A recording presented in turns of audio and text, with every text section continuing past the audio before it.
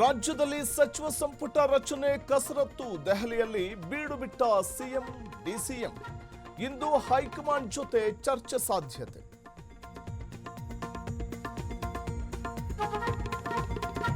ಕೇರಳ ತಮಿಳುನಾಡು ಮಾದರಿಗೆ ಹೈಕಮಾಂಡ್ ಮುಂದು 3-4 ಯುವ ಮುಖಗಳಿಗೆ ಬಣೆ ಸಾಧ್ಯತೆ. ಪ್ರದೀಪ್ ಭರತ್ಗೆ ಸಚಿವ ಸ್ಥಾನದ ಲಕ್.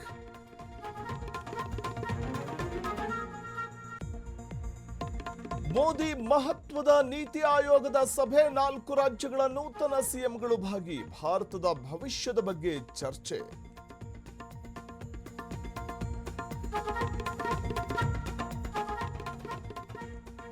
ಮುರಿದು ಬಿತ್ತು 100 ದಿನಗಳ ಕದನ ವಿರಾಮ. ಇರಾನ್ ಅಮೆರಿಕ ಮಧ್ಯೆ ಯುದ್ಧ ಪುನಾರಂಭ. ಹರ್ಮುಜ್ ಜಲಸಂಧಿ ಸಂಪೂರ್ಣ ಬಂದ್.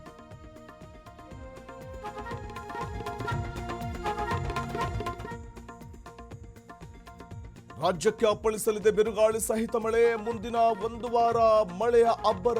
ತೀವ್ರ ಗಾಳಿಯ ಎಚ್ಚರಿಕೆ ನೀಡಿದ ಐಎಂಡಿ.